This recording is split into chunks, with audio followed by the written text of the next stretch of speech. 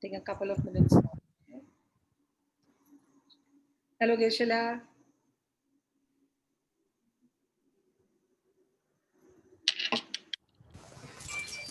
Okay, Zilji. Geshala. Greetings. Lots of greetings and deep gratitude to you, Geshala, for coming and bestowing today and sharing with us. Thank you so much. Just before you begin, Geshala, if I small introduction of yours. I mean, most of them know you, but Venerable Geshala and I met a few years back when I started doing my arts-based therapy course. And there is one episode, Geshala, I remember very clearly, and I think that's when this whole thing of perception got to me. And I think probably that is the first time I understood or started to understand, is when I was trying very hard and not able to be consistent in probably going for my walks. And Geshala had told me, Zil, do you put your plate back in the kitchen after you eat dinner and or your food? And I said, Geshala, we're very spoiled. In Bombay, we have people who do that for us. And he had said, why don't you just start small? Just go and leave your plate and do that consistently and see if the consistency comes into your space. And Geshala, thank you so much for that. That insight and just change of seeing it from a different angle has made me see things differently, and at least I strive to. So today, Geshala is going to talk about how perception works in everyday life. So thank you once again, and I welcome you with deep, deep gratitude, Geshala.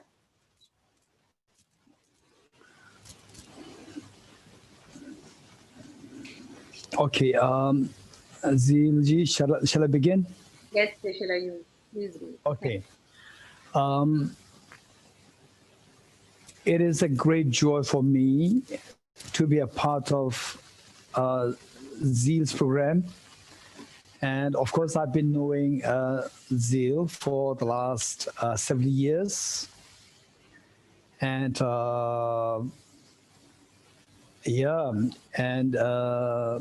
Zeal's husband is one who I feel so fond of. I really appreciate his personality, his warmth, and so forth. And this is how, the first I met, I think, both of you together. And the interaction happened separately, Zeal separately and Zeal's husband separately in a retreat. So I see that here, most of the participants, I'm not too sure, they are new to my eyes. Madhuri Menanji is there, I remember. Then the Dilshad is there. And Professor Subhashni is there. And Giri Chambal is there. And Smith is there. Okay. So there are many faces which I know. And I'm very happy. So the point is that, Zil, thank you so much for giving this opportunity. For me, what is more important is to meet with people and I feel connected with them. And then during the question and answer session that I learned from you, this is my greatest craving. One time when I was teaching in Mumbai, it was not a big group, it was a small group. And there was one boy who was so exceptionally bright. And all throughout like 10 days, I think about like 12 days, I was teaching on, of course, the dharma, how to bring about happiness, how to get rid of fears and so forth. And then in the course of that, we all also learn about how not to feel vulnerable in ways of, the feeling attached to something, and then that the object is not in your hand, then you become vulnerable. So this boy, who was exceptionally bright, and he normally he did not really ask any questions in the class, but I did know that he is very bright. Now on the last day, he raised his hand, very unconventionally. He raised his hand. Then he said, then of course, although it was just the end of the class, end of the course. But it was exception case. Then he said, I have a question. I said, yes, go ahead. Then what he said was that all these 12 days we learned from you not to feel attached to anything. Now I feel attached to you. Okay, so anyway, this is this is what I'm saying. So this feeling of the closeness, feeling of love and affection, which is so beautiful. And then the particularly seeing zeal and seeing say the Mathuri Menerji, then the let's say Dr. Nivedanaji. So I can these give me the impression of Ashaji and Zubinji. So two of them, they are like the main entrance to create a big world for me, to be connected with all the students, like Zeal, Dr. Nivedita, and through Dr. Nivedita, then the Madhuri Menon, and many other people. This is how I feel connected. And this is I personally feel that this is a great, great gift. Finally, that we are all the members of the same family, the planet Earth. We should be connected. And likewise, all of you who are not aware of the Banyan Balm in Chennai, if you're not aware of that, I would highly recommend you to connect with Madhuri Menerji. And okay, Madhuri Menerji, by the way, raise hand, so people will identify you. Madhuriji, raise hand. Okay, so the point is that why I'm saying this, that the talk that I'm giving here, I'm giving the talk, but if you go there to Balm and the Banyan there, you can see that what I'm talking in action. You won't believe. Dr. Nivedanaji, she invited me to give a talk in Balm to her students. And Madhuriji was there, and the Madhuri's colleagues, they were all there. And then they just sitting there, I could see that all these, say, the ladies who have some mental problems. So that is like mental health, the center. And these ladies, they freely move around.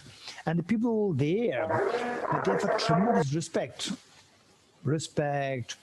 to these, mentally, say, the ill, the ladies. And they come to the hall. In the middle of the talk, they come, they shake hands, and everybody gives so much love and affection. And each one of them, just from the facial expression, from the body language, we can see that they feel this love and affection from Balm. This is so beautiful, so beautiful. So should you get opportunity in the future, I would highly, highly recommend you to visit Banyan and Balm. And then the Mathuriji is there, who is the dean there in the center there. This is where Dr. Nivedanaji teaching. So I'm very happy to meet all of you. And thank you, Zeal.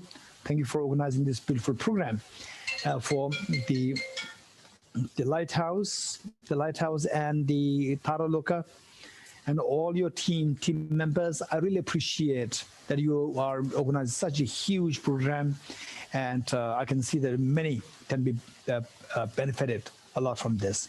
Okay, so basically the talk today is that everything is perception, or perception is everything. This is the talk. The title of this talk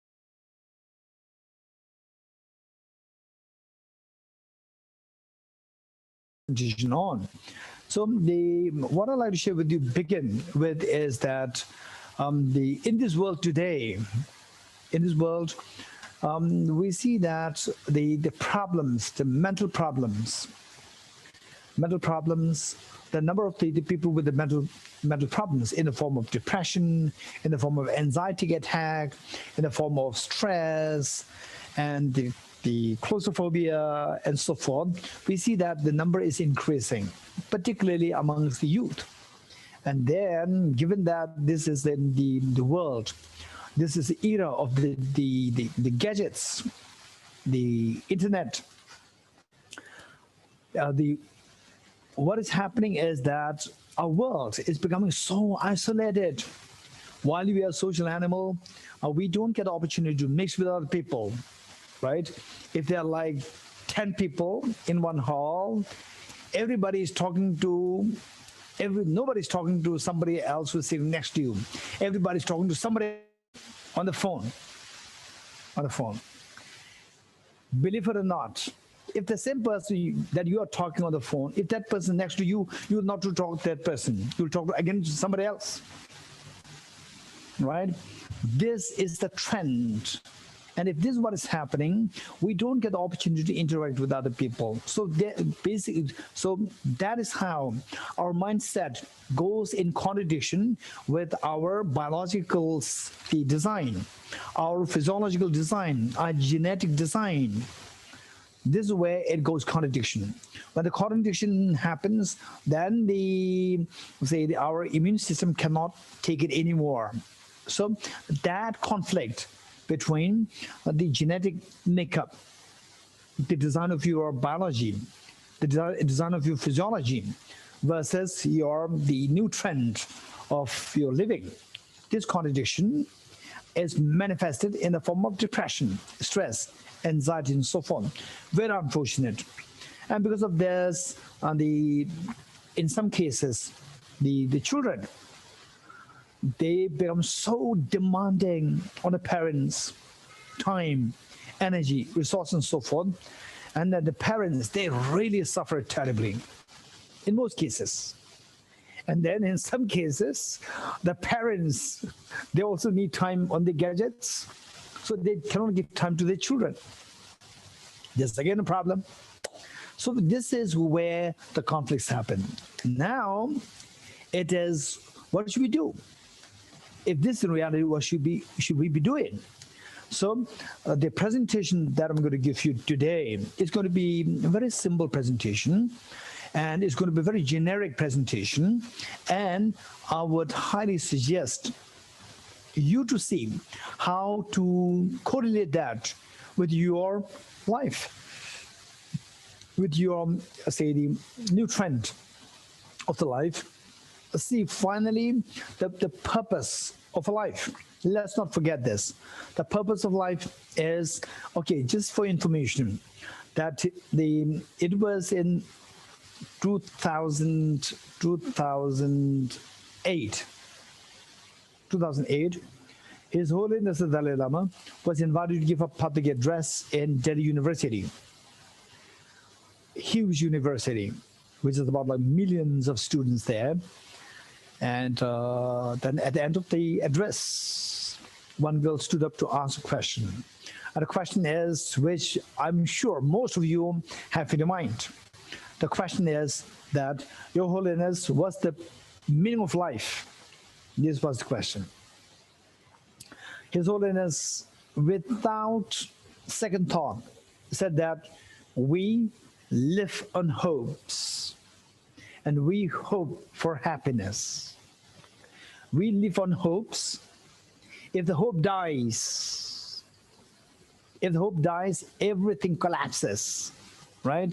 The person will not live long. So we live on hopes, and we hope for happiness. We hope for a brighter future. Okay, this is what His Holiness said. In a way, he summarized by saying that, therefore, the genuine happiness is the meaning of life.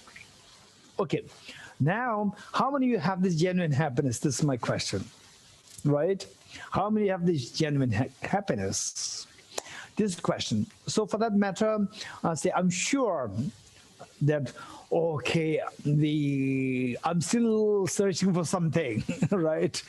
The fact that right from the morning we get up, and then the first thing that we do is just get a hold of our mobile, check the WhatsApp or the Instagram, most likely.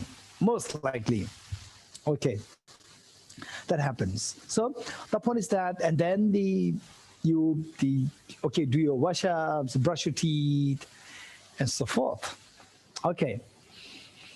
And then we get breakfast.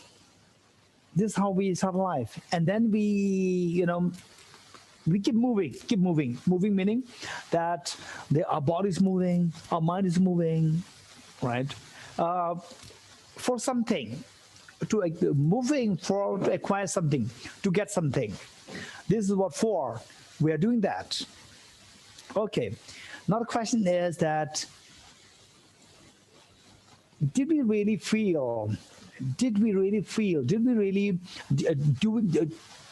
Thus far, did you get this, the happiness that you were seeking, genuine happiness that you were seeking?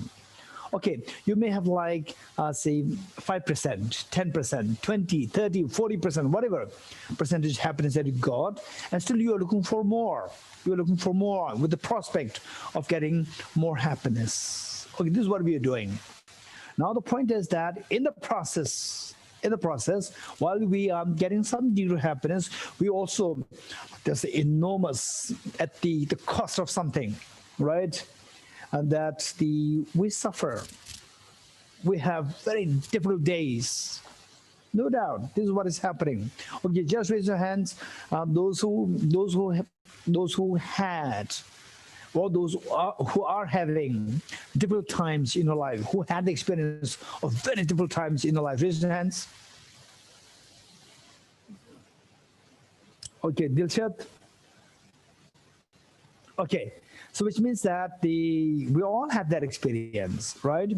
Okay, the point is that the way His Holiness presented, that the genuine happiness is your ultimate goal, is the meaning of your life.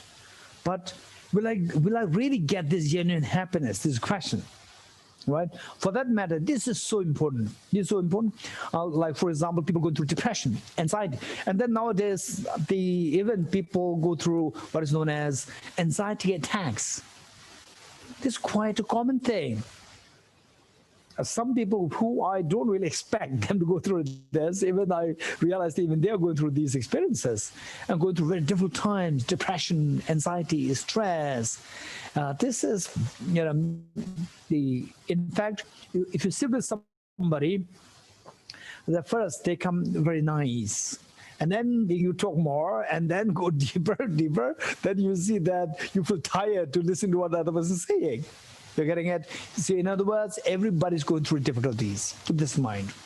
Now the point is that whether or not, I say in theory at least, in theory, can we really have what is known as, the meaningful life or genuine happiness? This question. This is so important. So what I would suggest is that keep in mind, what is very important is that just keep in mind that one thing, of course, this is what I don't have to tell you, but still I like to articulate this, that we're all seeking genuine happiness, if that is possible. We're all seeking that. We're all seeking that, whether we can achieve that or not, that is a different story. But we're all seeking that. We're meant, what we're doing is meant to get that happiness. But what's the prospect of getting it? So that I would say that this is 100% possible. 100% possible, right? I'm not exaggerating it. So my talk, I'm going to summarize. I'm going to give a gist of what I believe, not just a belief. And of course, we have to listen to the rationales, listen to the rationale of what I'm saying. My claims is that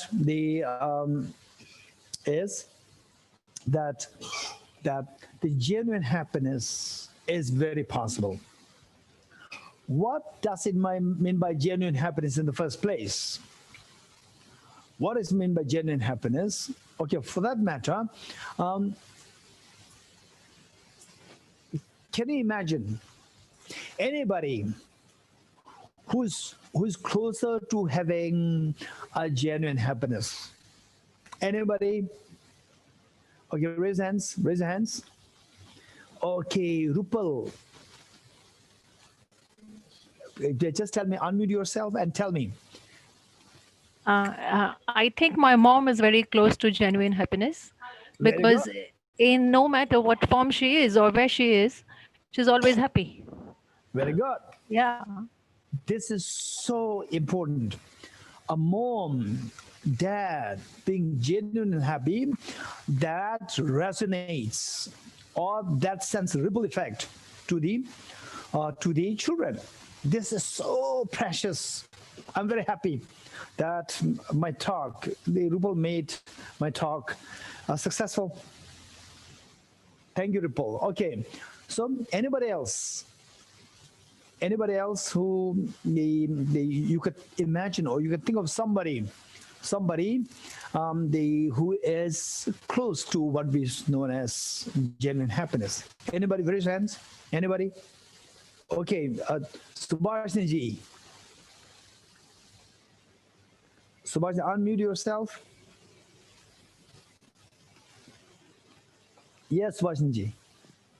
When I was teaching at in college, Lady Irvin College, I had a neighbor, and he was the arts teacher, and he was always happy in any circumstances. Wonderful. And unfortunately, he lost his second son, who had done an MBA. And of course, we went for the whatever function after 10 days or whatever. And even then, he was so composed. Of course, his wife was breaking down, crying, but he was so composed throughout the whole thing that I was amazed. Thank you, Subhashini ji. Thank you, Professor Subhashini ji. Thank you so much. So what Subhashini ji is saying is that despite the difficult situations, the person can still remain very composed. This is the point. You're getting it? So the point is that what the Subhashini ji said is very true. That external factors are there which can really disturb you. But whether you are disturbed or not, it is not entirely determined by the external factors. It is your thinking, something inside you, whatever you may call it. I will put it different. I will put it in, one particular format later on. For time being, whatever you may call it, there's something inside you which determines whether you are going to be composed or whether you're going to be disturbed. So that is one point that we need to keep in mind. And what Subhashi said reminds me of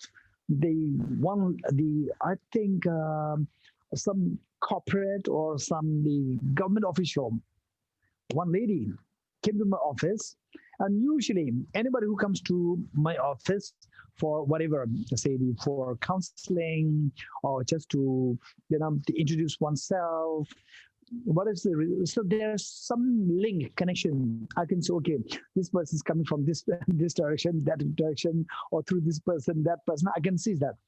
And one time there was this lady who came to, of course, with the appointment, came to my office, and then talking to the lady, I couldn't connect.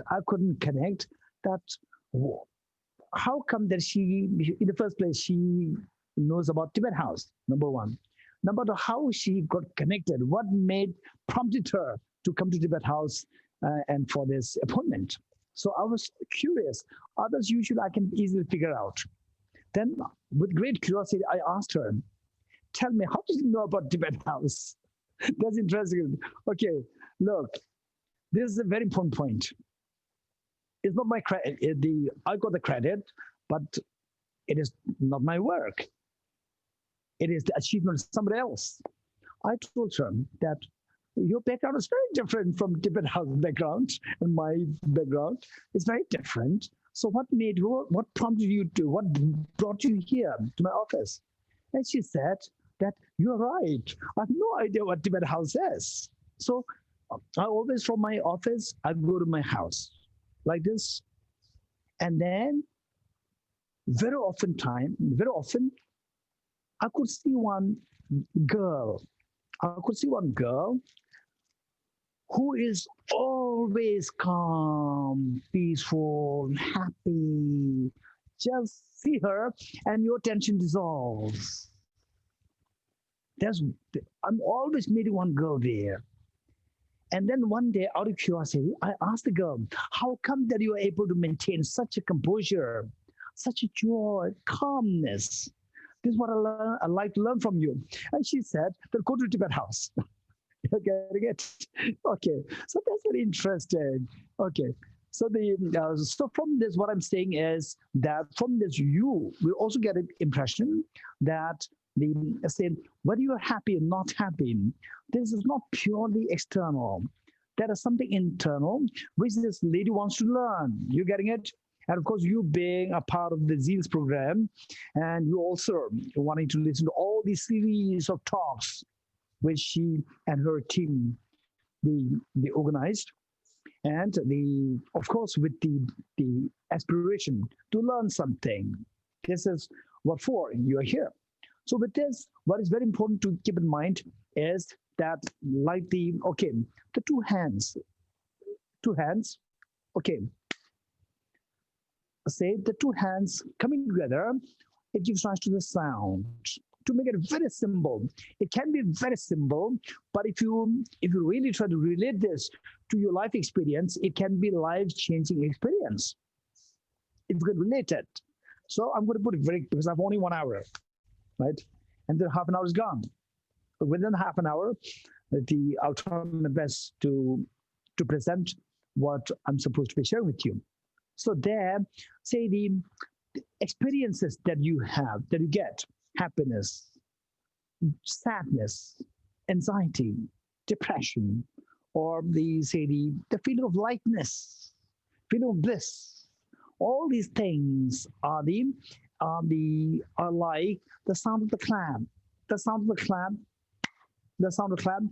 This is a metaphor for the experiences that we get, whether pleasant experience or unpleasant experience. So this is symbolized by the sound of a clap. Just as the sound of a clap is coming to play because of the two hands coming together. Likewise, particularly, precisely, all our agitations, stress, anxiety, and so forth, they should necessarily arise because of the two factors, external factors and internal factors. This is so important. And today, because of constraint of time, I can't really do any exercise with you. Otherwise, usually I do this exercise. And then experientially, you come to realize that that's very true. Of the two hands, one symbolizing external and the other symbolizing internal, we are always addicted to look for the external factors. We never think about the internal factors. We're addicted. It's a chronic illness that we go through, that we are experiencing, of looking for external factors all the time. For example, in Delhi, let's say, in Delhi in the month of May, June, you say that, oh, it's so hot, Delhi is terribly hot, it's so polluted. Now winter, now it's very pleasant. And then in the month of end of December and January, oh, it's terribly cold, freezing cold. Again, you complain. So we never, for example, say people from Ladakh who live in minus 20 degrees centigrade. They come to Delhi in the end of December and January. It's so pleasant for them. It's so pleasant. It's so pleasant. So the point is that we only blame external factors. Oftentimes, I do this exercise, the mathematical exercise. I give some mathematical calculations to be done to the audience. Say the plus minus, very simple numbers. I do it, with the small numbers, and I do it slowly. People get a correct answer, and they're very happy. And then I give the same exercise where I say the numbers so fast. And then I ask what's the answer. They could not give the answer. And then I ask why you cannot give the answer now. Just believe it or not, 99% of the people will say that because you said it so fast. You're getting it? In actuality, I said it fast. That's very true. It's an external factor. And your mind, your brain works very slow. This is also another factor. This is internal factor. So of the two factors, we are so addicted to blaming outside you. You said it so fast. You're getting it? So the point is that we always blame external factors. Now, the point is that if you blame external factors, if of the two hands, one symbolizing external and the other symbolizing internal. Of the two, if you blame the external and if you can get rid of the external factors, then the internal factors alone, no sound. Sound of the misery stops. If that happens, that's amazing. You can blame external factors, it's fine. That is your dharma. That is your, say, the pursuit of journey, pursuit of happiness. But the reality, how many such external factors are there? How many external factors are there? Right? There are millions, trillions, and endless number of the external factors. So you can't really imagine to get into all the external factors. And more so, say, when you're by yourself, you say that I'm very lonely, COVID-19, I'm locked up in the house, I'm very lonely. When you're with somebody else, you say that I have no privacy. You're getting, again, this is the attitude. If you're by yourself, you say that I'm very lonely. If you're with other people, you say that I have no privacy. You're getting it? So these are the only two options with external factor. Externally, these are the only two options. Either you should be by yourself or you should be with somebody else, right? In both cases, you have a problem, right? And we can't really imagine to create another scenario where you are alone is not there, you're with somebody else is also not there. It's impossible. So in other words, if you blame external factors, this does not serve to get rid of your problems. You're getting it? In other words, the one hand symbolizing external factors, on the one hand, it is infinite numbers. And even those otherwise to be conducive factors, even they, because of your wrong thinking, they can turn out to be non-conducive factors, unconducive factors. Okay. Now the wise people, if I were to ask you, how would you distinguish between a wise person and an unwise person? If you are to ask me, how do you distinguish between a wise and an unwise person? What I would say is that very simply, to simply put, somebody who is looking for external factors to get there, to get rid of all the miseries, that is an unwise person. Somebody who is looking for internal factors to get into your miseries, this is a wise person. Because external factors, number one, it is innumerable number. And then number two, that external factors, they are not really in your hands, except for few things. So because that you heavily depend on external factors, and then you feel that if the external factors is good, you are happy. If the external factors are not conducive, you are unhappy. If that is the case, then you become vulnerable. You're getting it? You become vulnerable because the solution is not in your hand. Solution in the hands of the millions of factors outside, and you cannot rectify all these. So the wise person, what does it mean by wise person? The wise person will not look for the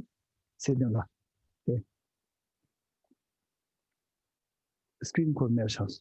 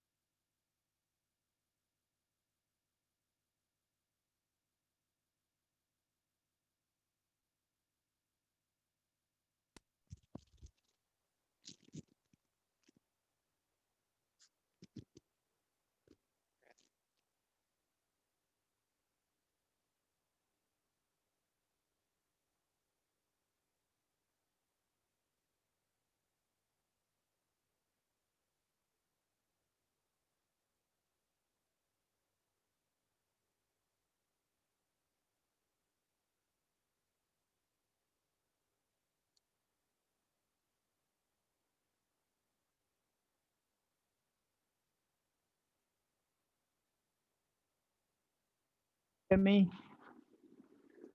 Can you hear me? Okay, thank you. Okay. So the point is that the wise person, will, I say,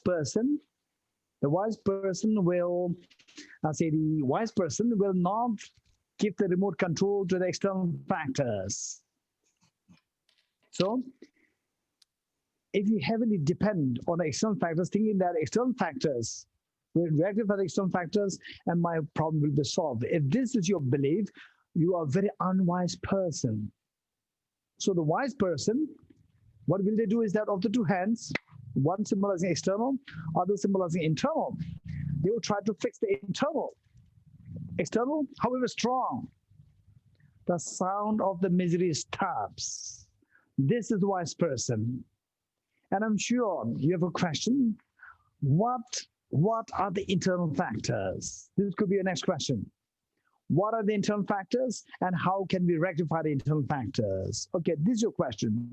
So internal factor is twofold. Number one is cognitive error. Number two is the affective limitation. One is cognitive error and one is affective limitation. And I'll explain what these two are. Cognitive error means your thinking is cognitively erroneous. Your thinking is the cognitively erroneous. Okay, so let's say that I'll give you some simple examples. When you join a new job, and then this colleague, that colleague, this person may not be may not be so kind. Or this person, good morning, the person did not reply. This person very cold-hearted, and then you just project this to everybody. In actuality, no, that's not the case. That's not the case. There must be a reason. Well, the other person must be going through a very difficult time in the COVID, right? COVID, there's so much domestic violence happening. There's so much of tension going there in the family. One time in my office, there was one gentleman who was in his like 70s, and I was just in my 30s. And he came to my office, and we know each other so well. So actually, he has nothing to discuss with me. And I was in the middle of my works. And he knew that I was very busy. So he said that, Kishara, please allow me to come to see you for 2 minutes every day. I said, okay. I thought he was going to go. I said, okay. And his 2 minutes is going to be like half an hour. Then he said that, then I was very busy with my office work. Then he realized that, okay, now Gisela is not giving me attention. So he said, okay, Gisela, I'll leave. I'll leave you in peace. Then I said, okay, thank you. Then he said, but Gisela, look, he's so smart to draw my attention. Gisela, I'm going to the Lodi garden. Just one word. You teach me one word, and this I will meditate in Lodi garden. I was so happy. So I said, compassion. Then he left. Again, he came back. He said, compassion works so good in Lodi garden. It doesn't work in the traffic. Compassion doesn't work in traffic. I said, how not? Because when I'm driving scooty, then people cut. Then there's no compassion. I become so angry. Okay, so this is where we need to think of cognitive error. What do you mean by cognitive error? Is that I told him that just don't think of this situation from your point of view. Just think of that person who cut.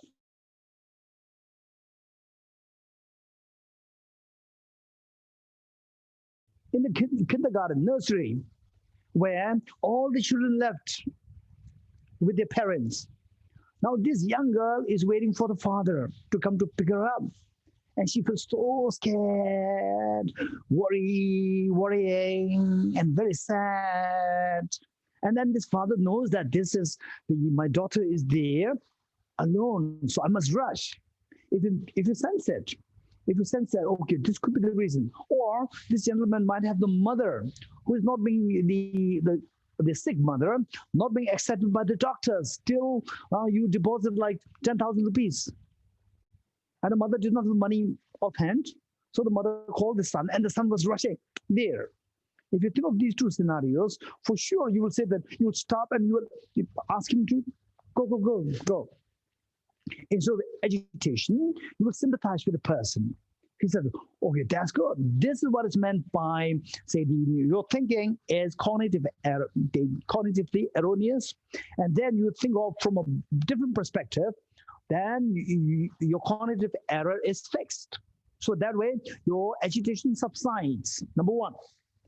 That is the cognitive, the error as the responsible for, as the internal factor, creating, say, the agitation within you, creating disruption of peace in your mind. Then the other factor is the, say, the affective limitation. What is meant by affective limitation?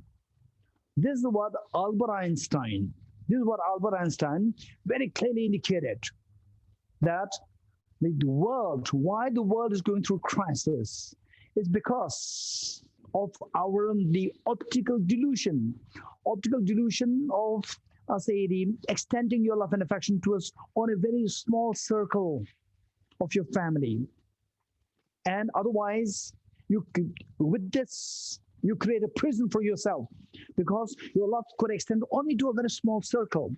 And then the rest you see as your enemies or strangers you don't love.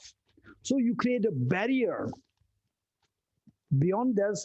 The larger portion of the humanity is where you don't love, where you have a suspicion, doubt, and so on. But the only circle where you feel comfortable is just a very small inner circle. So this is a prison. This is what Albert Einstein said. So what he said is that now what should we do? We should expand the circle of love and affection from the very small inner circle to the infinite human beings. This is the amazing presentation made by Einstein to rectify this affective limitation. Affective meaning your feeling of affection, feeling of love and affection, affective side of the mind, your affinity. Since the affinity is confined to only a few number of people, just to your mother, towards your husband, towards your wife, towards your children, that's it. And in many cases, particularly with the modern education, people, their love towards the mother, parents, gone. Only is confined towards the children. And the children, when they reach your age, their love towards you is gone, right? And you continue to love, but their love towards you is gone. They will love their own children. You're getting it? This is such a vicious cycle. Okay, so the point is that, in other words, the cognitive error, this is the ignorance. And the affective limitation, this is self-centered attitude in simple terms. So these two factors within you forbid you from experiencing the infinite happiness or genuine happiness. Now, how to rectify that? Okay, the first one, say the cognitive error or the ignorance. How to rectify that is that let's say that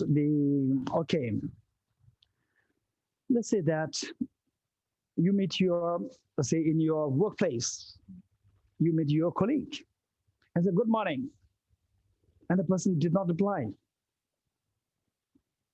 The person doesn't reply, and then you feel so angry. Why he's upset with me? Why? What did I do? Right? Okay, what is happening?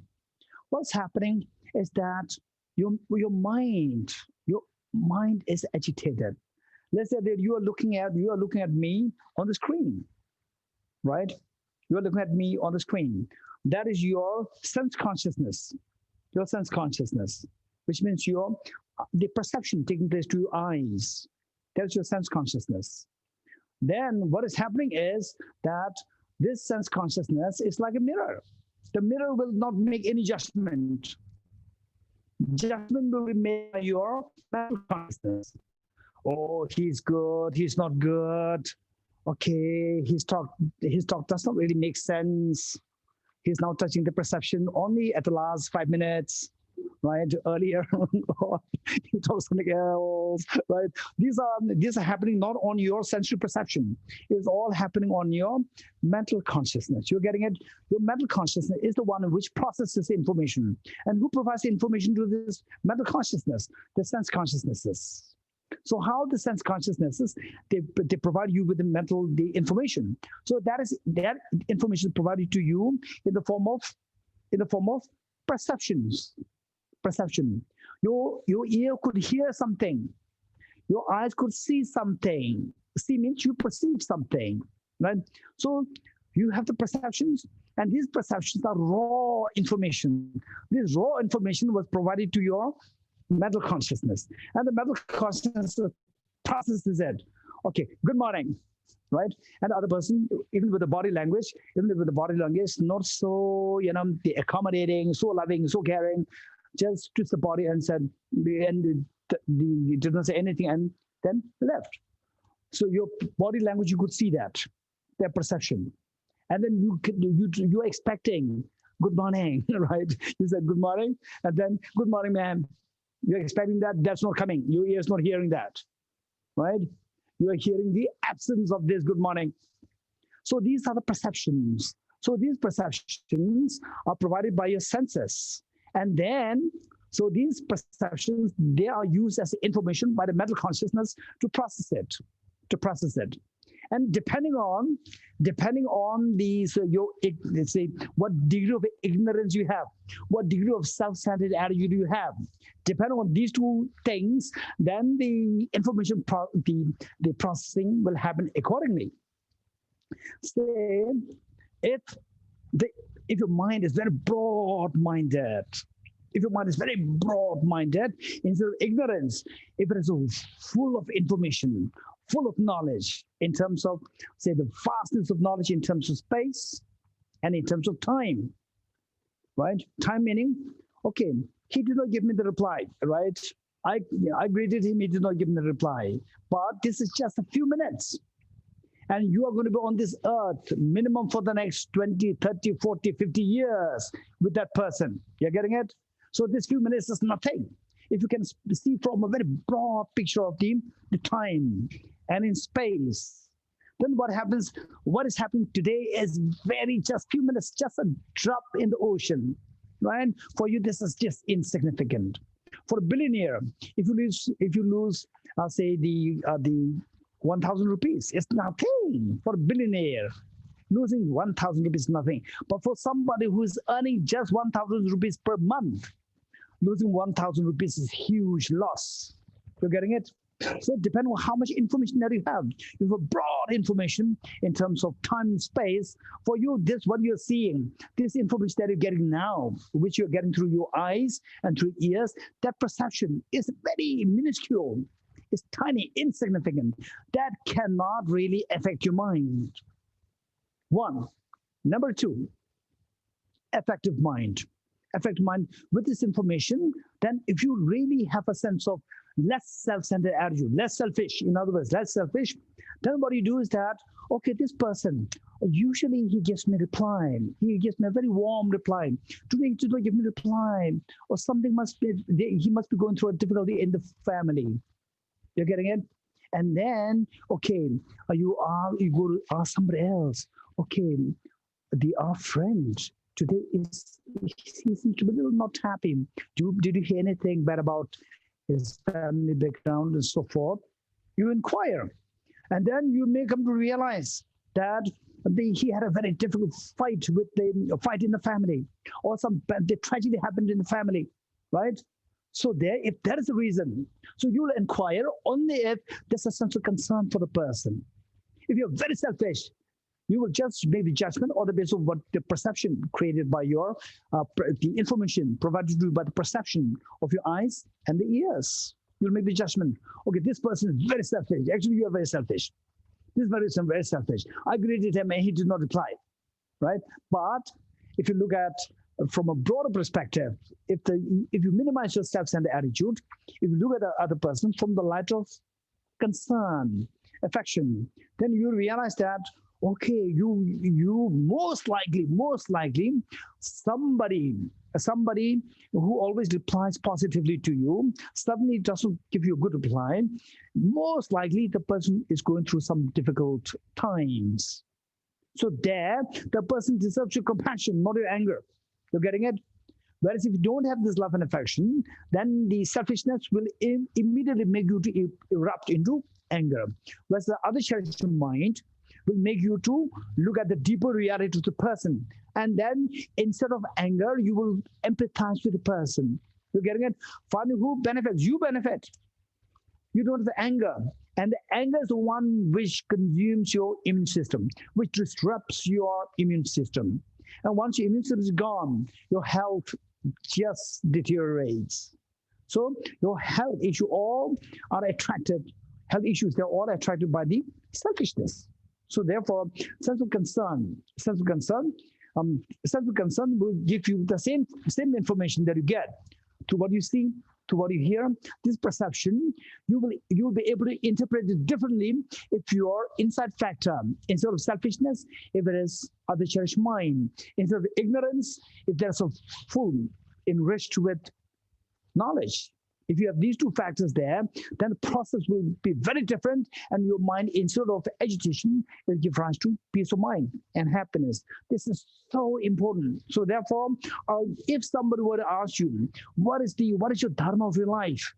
Don't say that Buddhism is my dharma, Hinduism is my dharma, the Islam is my dharma. Just say the journey to look for knowledge, greater knowledge in time and space, and a journey to minimize my selfishness. That is my dharma. You're getting it? And this anybody can do. A Buddhist can do, Muslims can do, Hindus can do, Jains could do, Jews can do, Christians can do, Baha'is can do, and the Parsis can do, and Sikhs can do. Non-believers can do. That is your dharma. Okay, thank you. Zeal, some questions? One or two questions if you have. Sure. So it'll be nice if you could raise, if anybody has a question to ask, you could raise your hand or unmute yourself and talk one at a time.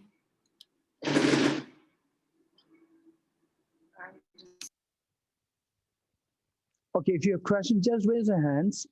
And then it's not necessary that your question should be confined to the talk that I gave you. Any question that you might have, it will be like a takeaway for me, not necessarily answer. It's not necessarily going to be like a rich answer to you, but at least it's going to be very helpful for me as well. Anybody? I think Sukeshi Patel wants to ask. Yes. Sukeshi. Now, perception, as you say, is very important. But what happens when most of the time you try to percept in a right way, but then circumstances arise beyond your control, and then your perception changes? Can you guide us what we can do in that case? Okay, the Sukeshi ji, what Sukeshi is asking is a very practical question. Very practical in the sense that life is not always the bed of flowers, right? This is the reality, right? Reality is quite sometimes very harsh. Out of such situation, what can we do? Okay, so there, the perception is there, but how not to give in to the perceptions, or how not to give in to these situations. Instead, how to maneuver this perception to give you more peace of mind, less agitation. You're getting it? Okay. In other words, what I'm saying is that short term, long term. Short term, long term. A short term, we talked about the two factors, external, internal, and the external. External again provides you with the perceptions. Internal also provides you with the information, and in fact, the internal is responsible for processing the information that you get from the external. So the external, you see that you get sometimes very nasty. For example, let's say that there's somebody who you love so much. That's your father, your mother, your child, or somebody is tested COVID positive, right? Okay, should I smile? No, no way. This is a very, very acutely painful external factor. Now the point is that when I say that take care of the internal factors, it doesn't mean that neglect the external factors. You getting it? What is important is take care of both the factors. Short term, take care of the external factors. Long term, take care of the internal factors. Short term, for example, let's say anybody, you, me, say in a big city, if you go out after like say 10 p.m., 11 p.m., if you go out alone, it's very dangerous, right? Don't say that it's internal, right? External factors. No, I learned from Zeal's class that is internal, right? I can go, that's external. No, take care of the external factors.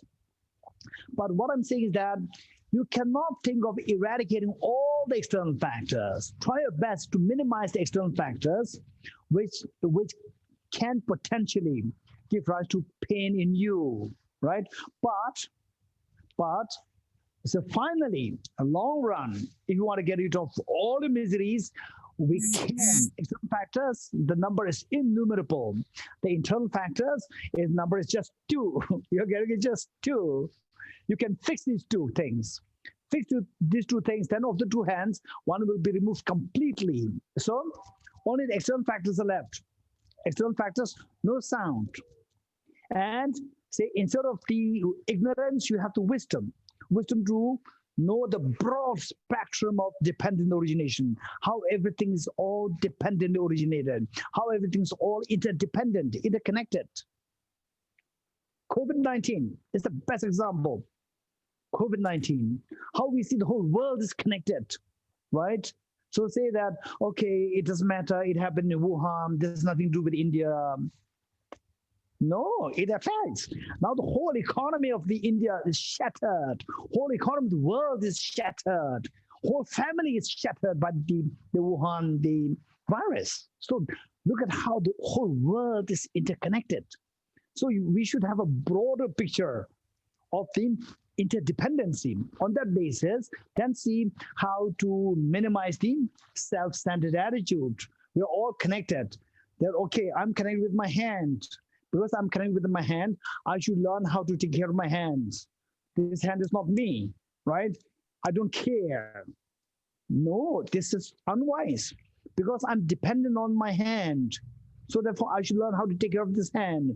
So all the countries, they're all connected to each other. All the human beings and animals, the human beings and the environment, they're all interconnected. Believe it or not, 1,000 years ago, 2,000 years ago, anybody can go to any water and drink it. Any river, water, you can drink it freely. They're all mineral water. Today, where can you drink such a water? From which river? You cannot. You have to buy mineral water. Why? Because we don't take care of the rivers. We don't take care of the ocean. We just dump everything there. And then we are thinking of exploring whether or not there's a trace of water on Mars. We have enough water. The ocean, what we have, we neglect. We don't have, you spend billions and trillions of dollars to see if there's a trace of water on the Mars. What is this? It's so stupid. Take care of the water we have. So this is our greatest failure, not to see the reality of interdependency of the human beings and of the environment that we live in. Yeah, so the point is that we are bound to face with the external factors, difficult situations. There, what we try to do is that we try to minimize the external factors to the best you can. Can you hear this young boy? YK? Okay. So the point is that this one thing. Number 2 is that, but we cannot expect to get into all the external factors. Whatever external factors you come across, so then how to interpret that, your interpretation, that decides whether you are agitated or whether you are calm and composed. So that interpretation is decided by these 2 factors. how rich you are in your knowledge, and how compassionate you are. These two will decide to interpret it properly of the perception. So therefore, perception is everything. Yeah, good. Next question. No, there is one person there, Jasmine. Jasmine, Shishir. Yes. Hello. This is Shishir. I'm Jasmine's husband. Now, there is one question which we many a times face in our professional lives. You know, we know what is the right way. We have this feeling of compassion. We have this feeling of, that any if other person is doing something wrong, we tend to, forgive and forget and go ahead, because that is what we feel is the right thing to do, and that gives us happiness, also internal happiness, that in such a such situation the other person acted immature, but I was mature enough and I did not respond in a wrong manner. But if you keep doing so, I have realized that other people start taking advantage of you, and they feel that they even go to the extent of feeling in their minds possibly that this person is a total idiot. He doesn't even know that we are making fool of him. In short, decency is taken for a ride, and then one wonders that what is the right way in such situations. Okay, so the word, what's your name? My name is Shishir. Okay, what Shishirji is saying is that the if you give the person a space to put the flower next to your door, the person wants to put the shoes in your door, in your house, right? So how to tackle such people? This is what you're asking. Okay, so this is a very, what you said is very true. This is something which most of us can potentially face with. So when you practice compassion, oftentimes others will not see it as compassion now, will see that as your weakness. So how to deal with such a situation where your compassion is mistaken for a weakness? How to deal with this? Okay, this misunderstanding happens for two reasons. On the side of the other, on the part of the other person, the two things are there. One is the person thinks that you are stupid, right? The person thinks that you are stupid. Okay, stupid. So he doesn't know anything. So I can take a right. This is one. Number two is that the person, okay, he knows what I'm doing, but he's weak. So he cannot retaliate. He cannot take measures. You're getting it? So these are the two reasons that comes to the other person's mind that makes him to take advantage of you, right? Yeah. So first he will put the garbage next door or next to your door, and then when you don't say anything, compassion, then he will put the garbage inside your house, right? Okay. So the point is that how to deal with this. So you have to keep in mind that what is the cause which is responsible? What is the cause responsible for this and the phenomenon of the person taking advantage of your compassion? The two causes. One, the person thinks that you're weak. Other, the person thinks that you are stupid. You are unwise. You are not intelligent. Two. Okay. Now you have to send a message to the person. Send a message to the person directly or indirectly. You have to send a message to the person that I'm not weak, that I'm not stupid. You're getting it? Okay. So how to send a message? This question. The first one, that I'm not stupid. What you do is that, okay, first, you don't want to fight. The moment you say that, okay, look, I've been so compassionate, now the person is taking right, taking advantage of me. Okay, now I will teach him a lesson. Okay, I'll go bang at the door and throw the garbage to them. No, the moment if you do that, this is your greatest failure. The moment you give into anger, this is the greatest failure. Never ever give into anger, right? So even if you are perfectly, it is not your mistake at all. But the moment you give into anger, finish. It is your failure. Whereas don't give into anger. What you do is that, okay, just go out in the presence of the other person. Who's that person who doesn't know where to throw the garbage, right? The person who's ever throws the garbage next to my door thinks that my house is the garbage bin, right? This person even doesn't know where's the garbage bin and what's the house. Just say this. Don't tell him directly. Just throw it in the air, right? Throw in the air, right? And then you tell him that, don't you think so, right? Don't you think so? Then was yes, yes, yes, of course, right? Okay, so as though like you are not telling him, right? So they may said that you are saying something very sensible, very forcefully, as though like not to him. You're getting it? Okay, which means that you're smart that somebody is doing this. Somebody is doing it, right? Okay, number one. Then number two, and then what you do is that you keep on and to tell the send a message that the person, okay, he knows that it's me. He knows that it's me. How? You keep a little distance. Otherwise, you get, hey, good morning, Mr. Sham, right? Okay, from tomorrow, don't say good morning, Mr. Sham, or you can just say very sternly, good morning, Mr. Sham, and then leave. Keep a little distance. You're getting it? Okay, he knows that it's me now. You're getting it? Okay, from this, the person knows that you are smart. You're not stupid. You get number one. Then number two, that okay, you keep a little distance, and then next time when you meet, never show anger. Never show anger. You always send a message to the person. I know that it's you who throw the garbage next to my door, but you don't show anger. You just meet, hey, Mr. Sham, again, keep a distance, right?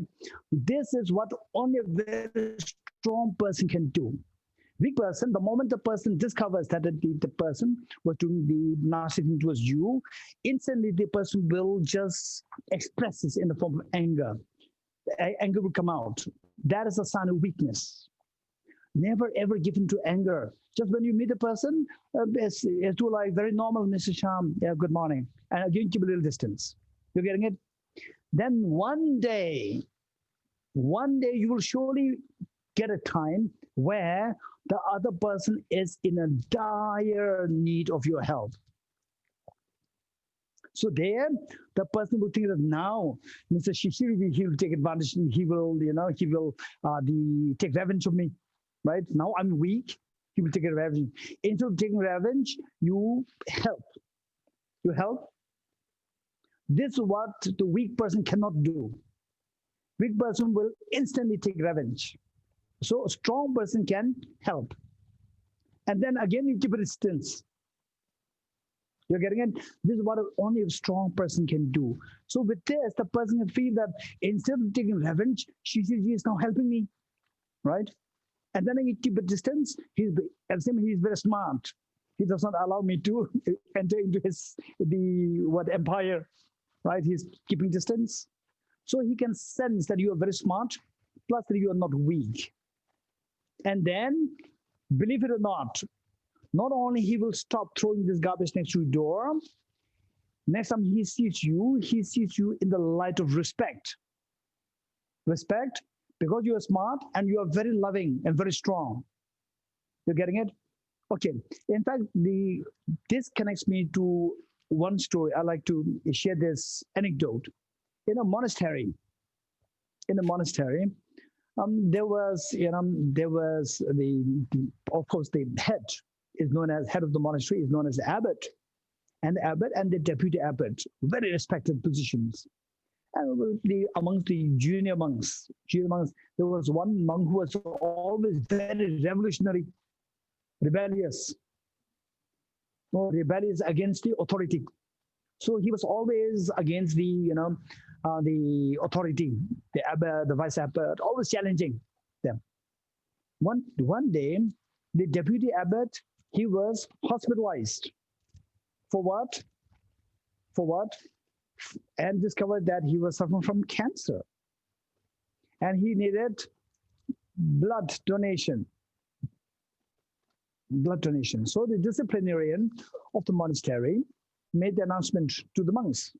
Okay, now our deputy abbot, he's hospitalized. He's in dire need of the blood. So anybody who likes to donate, please sign up. Believe it or not, the rebellious monk who was always challenging the deputy abbot, he was the one who signed up the first. And the deputy abbot, recovered. And the deputy abbot was reported that, okay, blood transfusion happened. And then the monks, they donated blood. And the deputy asked, please give me the list of the monks who, donated blood. And deputy abbot could not believe. He thought that this monk really hates me, the young monk. And in the list, the first one was the name of the rebellious monk. So the deputy abbot started to cry. His heart of this otherwise rebellious monk is not cold-hearted. It's so warm, So this is a sign of the strength. Good. Any more questions? Deal?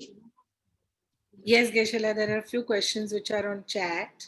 Yes. So there's a question which she's asking, what does one do when someone violates your space constantly?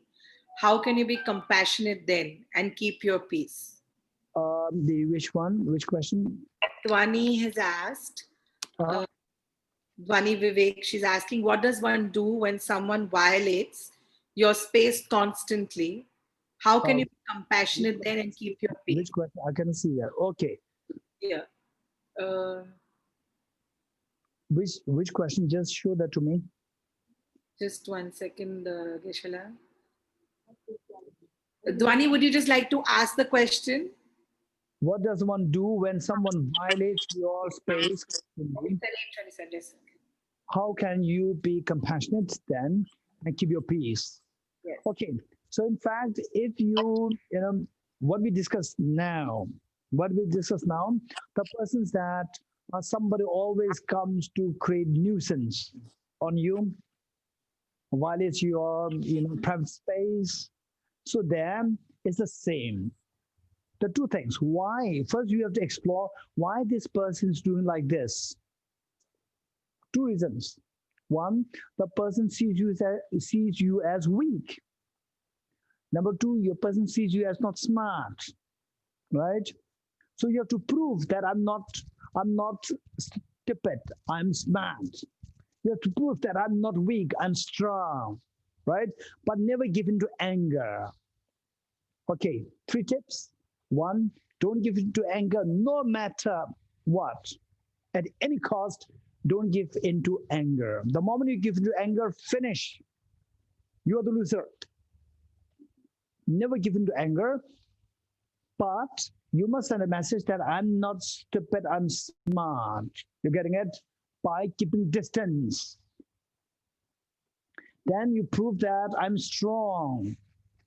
That knowing that you are the one, you are the culprit, I don't give into anger right there. I remain very strong. You're getting it? I remain strong. I can face you. I can see you. With the eye contact, right? I have no problem. So that should tell you that I'm strong. So only the strong people can resist anger, not give in to anger when you realize that the other person is taking advantage of you. Only strong people can do that. For example, let's say that if you chase a dog with a stick, what will the dog do? The dog will run. The dog will run. The dog will keep running, right? And then, if it so happens that the dog is cornered where there's no way to run now, then you come with the stick. What will the dog do? The dog will attack you. You're getting it? So dog attacking you is not because of the strength of the dog, because of the vulnerability of the dog. The dog now finds no way to run. The dog feels so vulnerable. So therefore, how to defend the vulnerability, how to defend himself in this vulnerable stage is by attacking you. So the anger is a sign of vulnerability, a sign of weakness. It's never a sign of strength.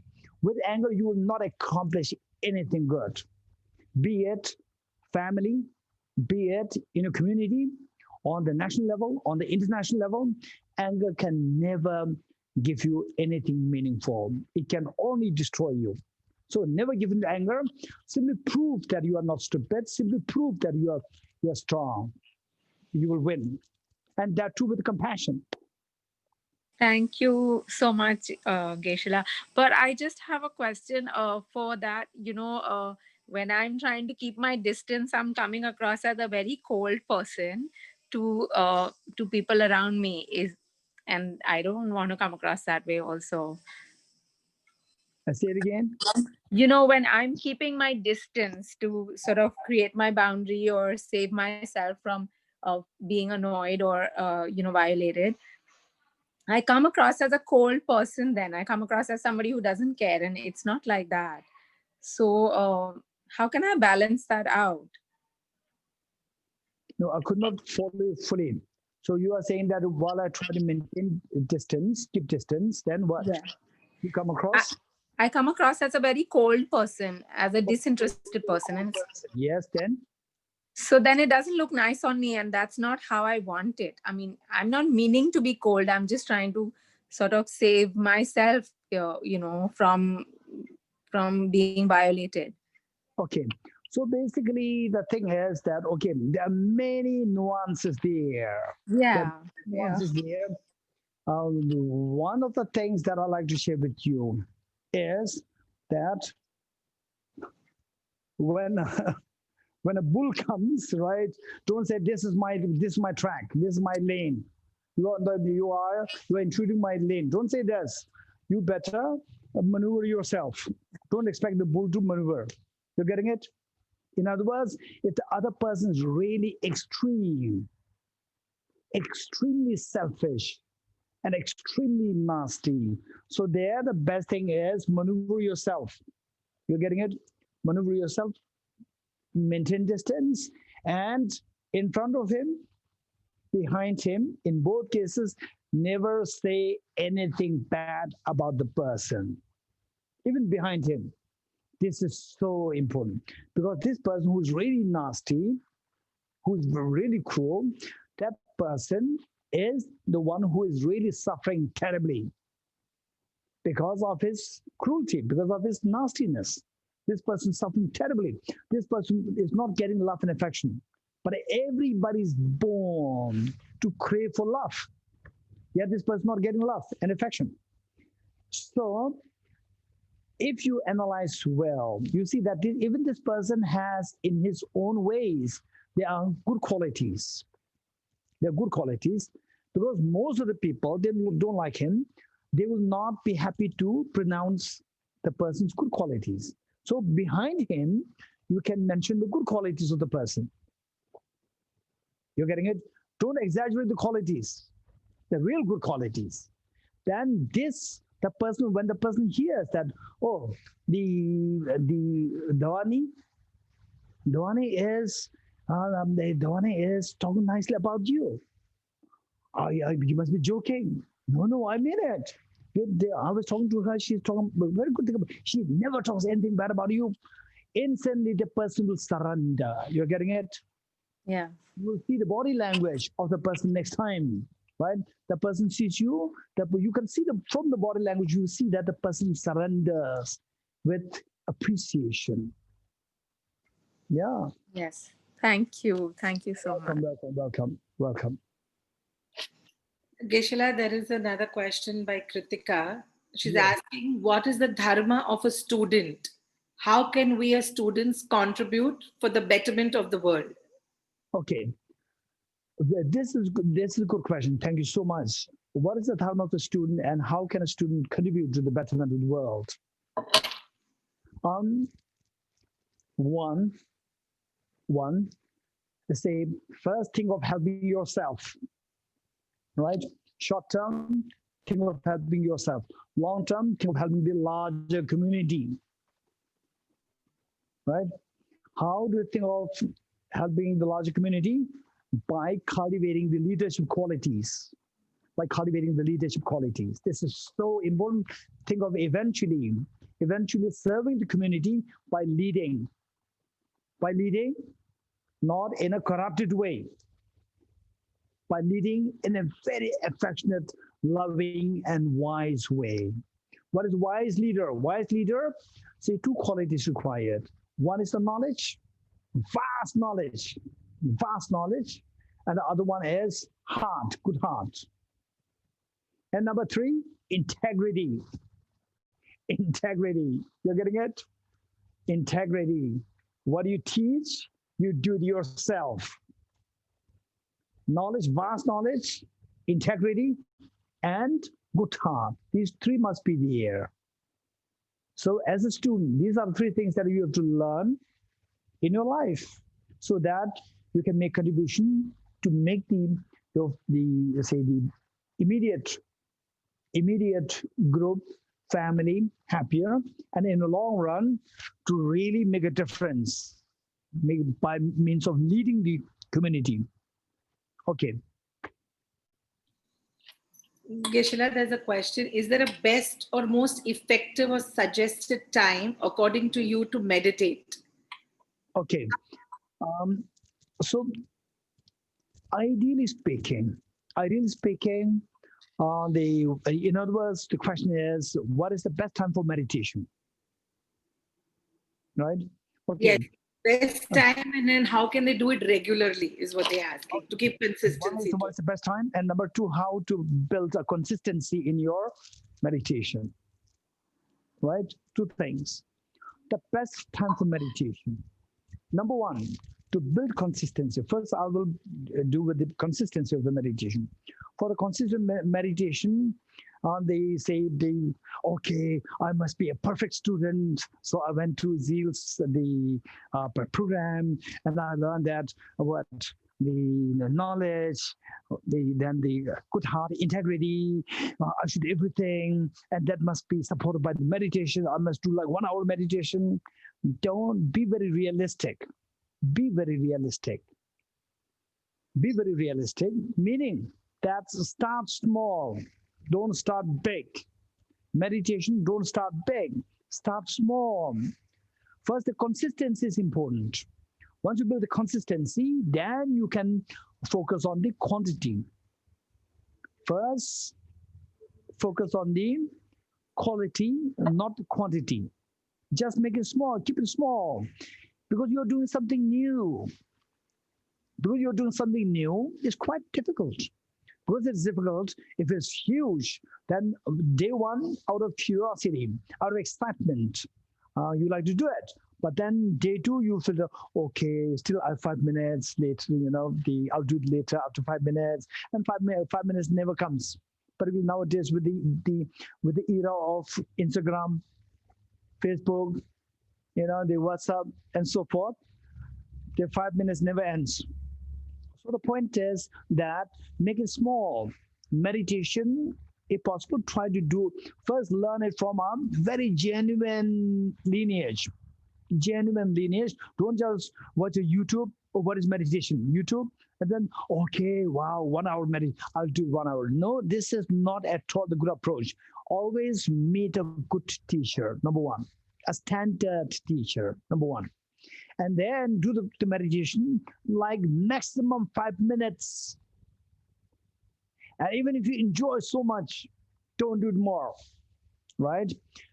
You like 5 minutes for the next 1 week, 2 weeks. And then if you're successful, so with this, it's small and you feel happy, you want to do it more. So that way consistency will be built and it becomes a habit. Once it becomes a habit, this is the meaning of consistency. With the consistency, then you don't find difficulty in doing this. When you don't find, for example, how many feel difficulty having breakfast?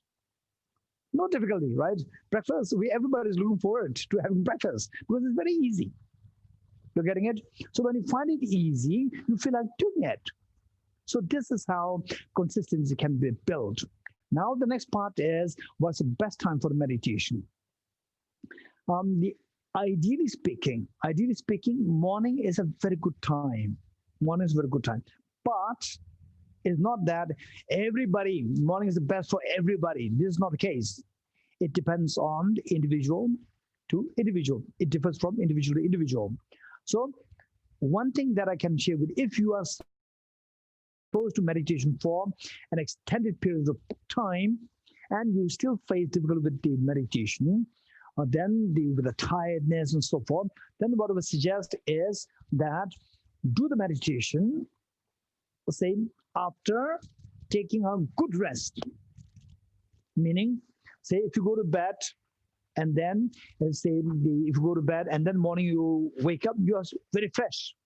You're very fresh. You right after taking rest, or say coming from your job, coming from your work, and then you say you take a nap for about like you feel so tired, exhausted. You started your work early morning, like say you set off from your house at like 5 a.m. Then come back at like 5 p.m. Then take a nap, like 1 hour, 2 hours. You take a nap. After taking a nap, go on. Then don't go after the television. Don't go after the Instagram, WhatsApp, so forth. Right? After taking a nap for 1 or 2 hours, your mind is very fresh. Just do a meditation. In other words, do the meditation once you are well rested. The first priority, the priority should be given to the meditation after being well rested. This is what I would suggest. Thank you, Geshe-la. You're Geshe-la, welcome. just one last question for now. I'm sorry if you're not been able to take the other questions. No problem. Please. There's a question, Geshe-la, how to direct compassion and love to our own selves unconditionally, and what practices would you recommend for that? Okay. This is a very interesting question. How can one cultivate, how can one direct love and affection unconditionally towards the self? This is extremely important.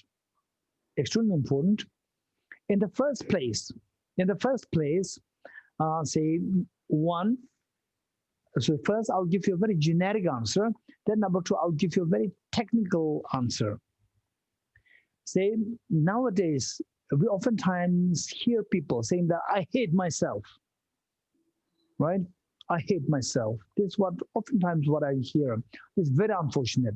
So what I would say is that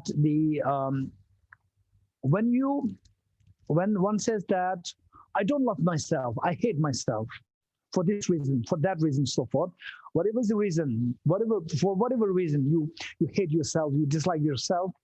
The point is that they again check the reason, check the cause. What is the cause for you not to like yourself, for you to hate yourself? Okay, so there the most likely answer is that you don't see any good qualities in yourself. You don't see any good qualities in yourself.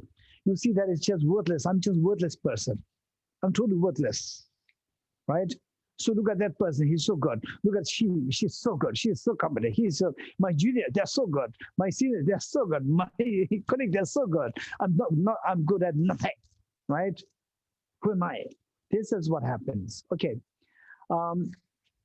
So there, the one thing that we can think of is you have to fix the cognitive error. You're going to get cognitive error.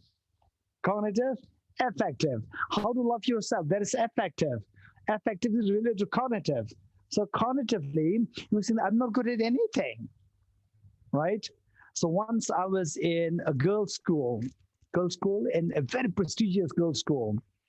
They invited to give a talk on psychology, and the girls, they're all like class 9, 10, 11, 12, and the teacher made the provision that the girls, if they have something personal matters to discuss with me, they can openly come to me on one-on-one.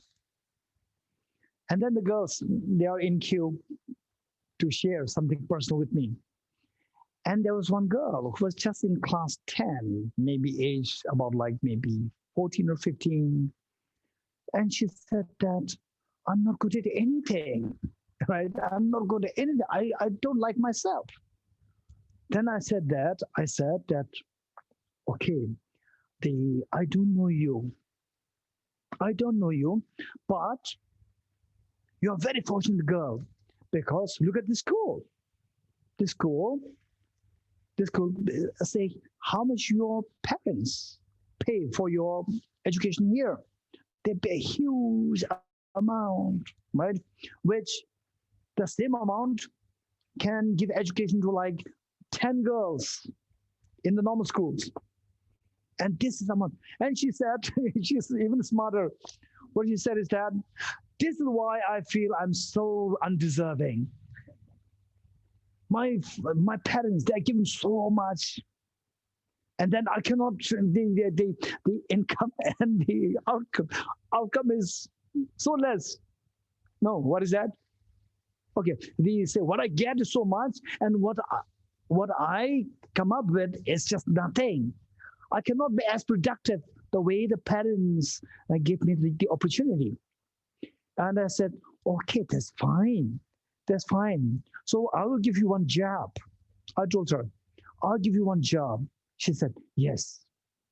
Your job is that there's one girls' school in South India. Her one is also a girls' school. There was another girls' school this girls' school is in North India. And I know one girls' school in South India, Karnataka state. And there are about 500 girls. And in her school, there are again 500 girls. So I said that in that school, you are in class 10, and I will ask you to teach English to the class 10 students in that girls' school. Right? She said, no, I cannot teach. I'm not good at anything. Believe it or not, your English is far better than the English teacher of that girls' school. All the unprivileged girls are being picked up, and they're given the opportunity to learn. And the teachers, the salary is very low, because of which the good teachers, they cannot be there because they do not have fun. They do not have fun. So if you go there, you can teach the class 10 students. Then she felt uplifted. Oh yeah. So I have, some capabilities. I have the potentials, and I have some knowledge to impart to somebody else of my same age. She felt uplifted. She said, then when I left the school, she gave me handed over me a nice letter. She said that I started to see the world very differently after your talk. I see that there's a tremendous beauty in everything. Okay, so the point is that when you are going through a difficult time where you don't love yourself, don't look at somebody who's better than you. Look at those people who are less than you. When you feel egoistic, don't look at the people who are less than you. Look at people who are better than you. As simple as that. This is reality. You're getting it? With this, your problems will be solved. Now, what you got?